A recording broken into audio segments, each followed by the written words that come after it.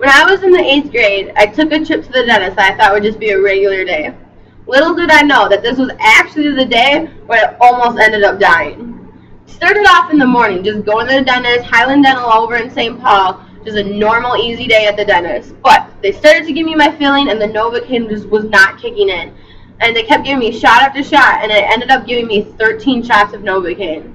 They did the filling, got it all done, and I was on my way. Once I got in the car, though, the Novocaine started wearing off. I got this really, really bad pain in my chest, and my throat started feeling like it was just closing up on me, and I could not breathe. My mom ended up telling me that I actually sounded like Kermit the Frog. It sounded very cartoony. So we got home, laid down. My mom gave me some Benadryl, and she started calling the dentist, started calling the doctor. But she was still screaming at me and was just saying, you're fine, suck it up. You're not, like, nothing's wrong. And she actually ended up not believing me until it got to the point where I was completely choking and could not breathe.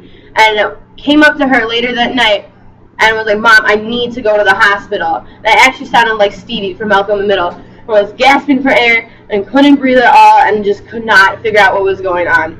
So it got to be 11, finally got in the car and started off to the hospital. We went over to St. John's in Maplewood. When we got there, got all checked in, and I sat down in the lobby. Now, as I was sitting there, there's a couple weird people that ended up coming in. The first guy was this kind of homeless, scrangly looking guy who looked like he just came right off the streets. And he came in limping and holding his arm, and he just started screaming. He was like, I got shot! And so they took him and immediately brought him into the other room to start caring for him.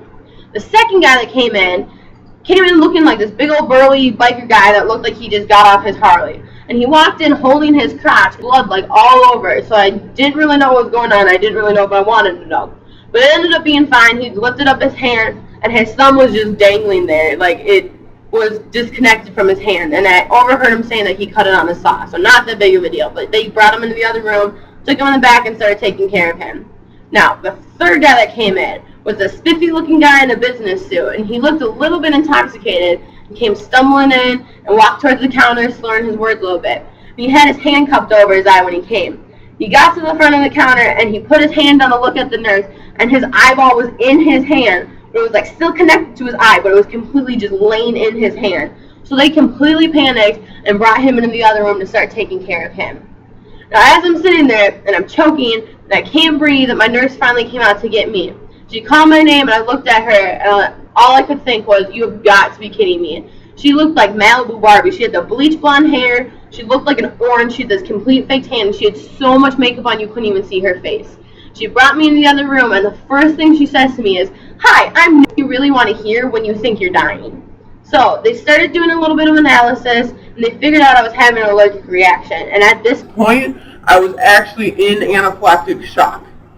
So they wanted to give me an IV so they could give me some epinephrine. So they gave the nurse the IV, had her start hooking it up. But she started in my wrist, and she couldn't find the vein, so she had to move up to my elbow. And when she was in my elbow, she finally got it in the vein, but she didn't realize the stopper wasn't on the end of the tube. So once she got it in my vein, it started just squirting blood everywhere. And it squirted all over my clothes, all over the robe, and all over the floor, and it started squirting me in the face and everything. Instead of my nurse stopping it, she completely panicked and went sprinting out of the room. And nobody knows where she went. She just left.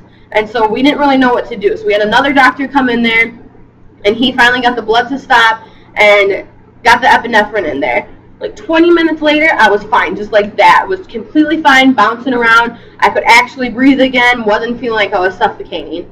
Then the doctor did a little bit of analysis on my throat and realized that the inflammation was so much that if I would have came in 2 hours later than I had, and I actually would have ended up dying. We got back in my car and started heading back home. And at this point, it was like 3 in the morning. I finally got home and just went to bed, and that was my day, just completely crazy. But even though that happened, still, to this day, my mom will not bring me to the hospital, even if I am dying.